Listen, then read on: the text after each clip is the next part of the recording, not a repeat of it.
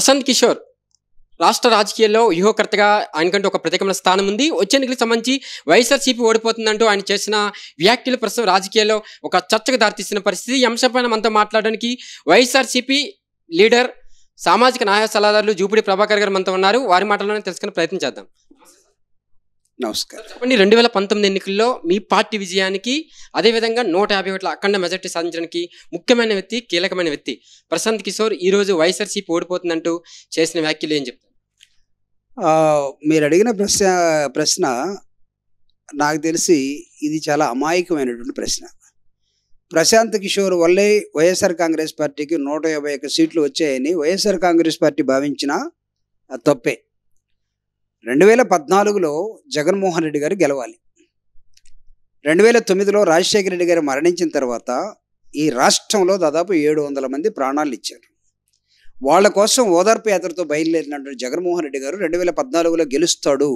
కారణం ఏంటంటే రాజశేఖర రెడ్డి గారి గుర్తులు, ఆయన వ్యతిరేకించినటువంటి, ఆయన తోసి అవతల పడేసినటువంటి హిమాలయ పర్వతాల ఎత్తున్నటువంటి సోనియా గాంధీ కాంగ్రెస్ పార్టీ. ఈ రెండింటి వల్ల జగన్మోహన్ రెడ్డి గారికి ప్రజల్లో, రాష్ట్రంలో, దేశం మొత్తం మీద అపారమైనటువంటి చర్చ జగన్మోహన్ రెడ్డి గారి మీద జరిగింది. ఆ సందర్భంగా 2019 ఎన్నికల్లో, 14 ఎన్నికల్లో ఒక బ్రోకర్ లాగా, ఒక ఈవెంట్ మేనేజర్ లాగా నేను కూడా ఎలక్షన్కి పనికొస్తానని చెప్పి ఒక అతను వచ్చి ఉంటాడు. అతను ఐఐటి చదివినటువంటి ఒక బ్రాహ్మణ్ మనస్తత్వం ఉన్నటువంటి ఒక స్టూడెంట్గా ప్రశాంత్ కిషోర్ని నేను భావిస్తాను. నేను కూడా ఉస్మానియా యూనివర్సిటీలో ఇంజనీరింగ్ చేసినటువంటి వాడిని. నేను మినిస్ట్రీ ఆఫ్ డిఫెన్స్లో నేను జనరల్ మేనేజర్గా పనిచేసినటువంటి, నేను సైన్స్ అండ్ టెక్నాలజీలో వ్యాక్యూమ్ టెక్నాలజీలో స్పెషలిస్ట్గా ఉన్నటువంటి వాడిని. రాజకీయాలు తెలియనటువంటి కాదు. కాబట్టి ప్రశాంత్ కిషోర్ వల్లే ఆంధ్రప్రదేశ్లో జగన్మోహన్ రెడ్డి గారు గెలిచాడంటే నేను ఒప్పుకోను.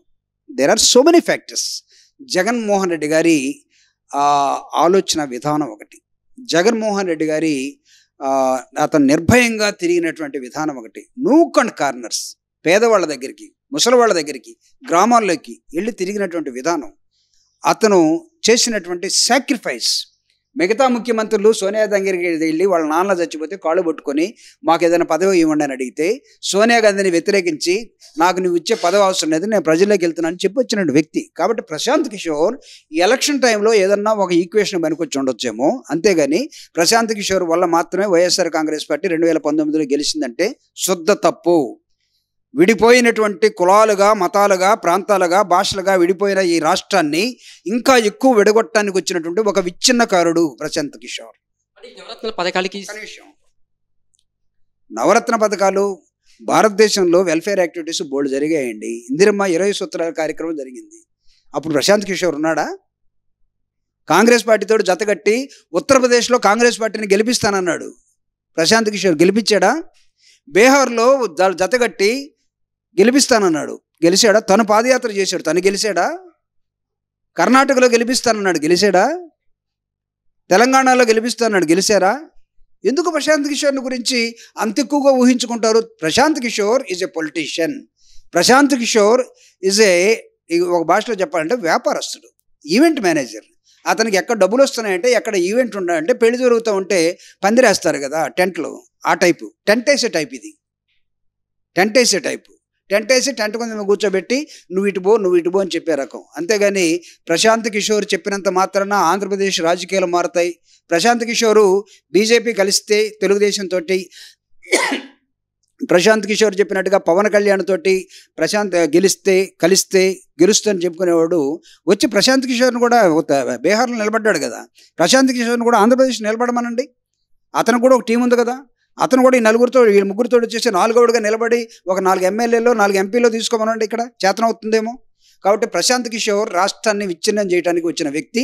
రేపు అతన్ని బూతులు తిట్టినటువంటి వ్యక్తి చంద్రబాబు నాయుడు గతంలో ఈ రాష్ట్రాన్ని నాశనం చేశాడు ప్రశాంత్ కిషోర్ అనేవాడని తిట్టాడు. ఇప్పుడు ప్రశాంత్ కిషోర్ ఏ విధంగా ఏం మాట్లాడాడు చెప్పనా నేను?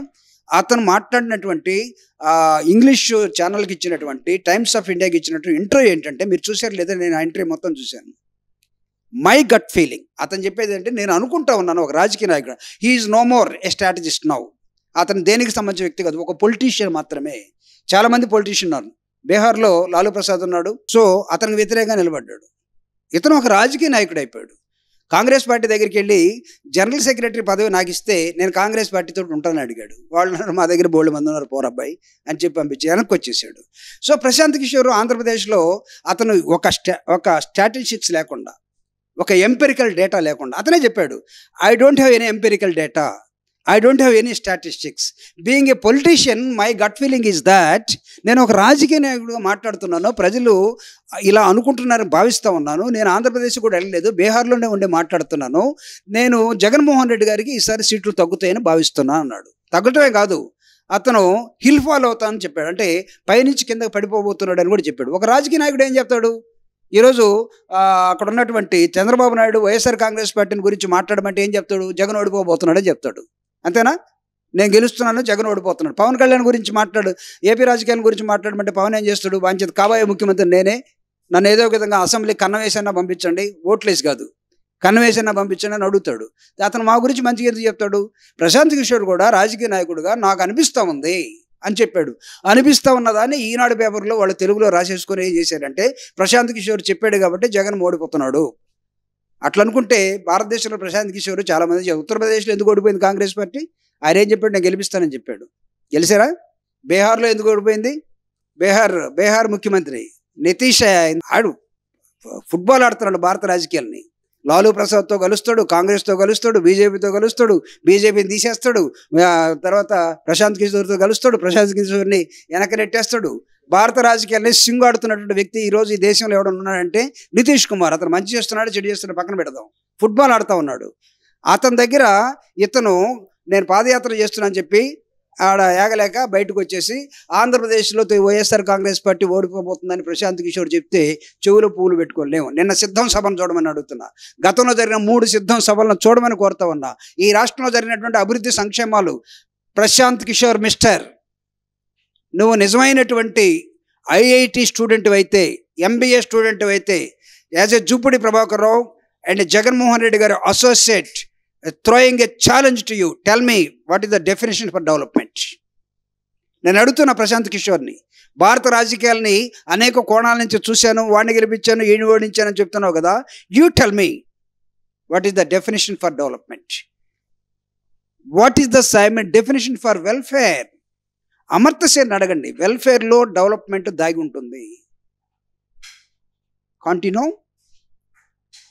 నీ దగ్గర మేము ఈసారి నిన్ను కాంట్రాక్టర్గా పెట్టుకోలేదని, మా ఎన్నికలకి నిన్ను వాడుకోలేదని, మా బజార్లు నీతో ఊడిపించలేదని, నువ్వు చంద్రబాబు నాయుడు ప్యాకేజ్ ఇస్తే ఆయన దగ్గరికి వెళ్ళి ఏదో వాగిపోతే, నేను చంద్రబాబు నాయుడిని ఫ్రెండ్లుగా కలవటం కోసం వచ్చాను, నేను ఎప్పుడూ కలుస్తానన్నాను, అందువల్ల మాత్రమే వచ్చాను, కానీ నాకు చంద్రబాబు నాయుడు స్నేహం లేదు అంటే నీకు జగన్మోహన్ రెడ్డి గారికి ఎనిమిటీ ఉందా?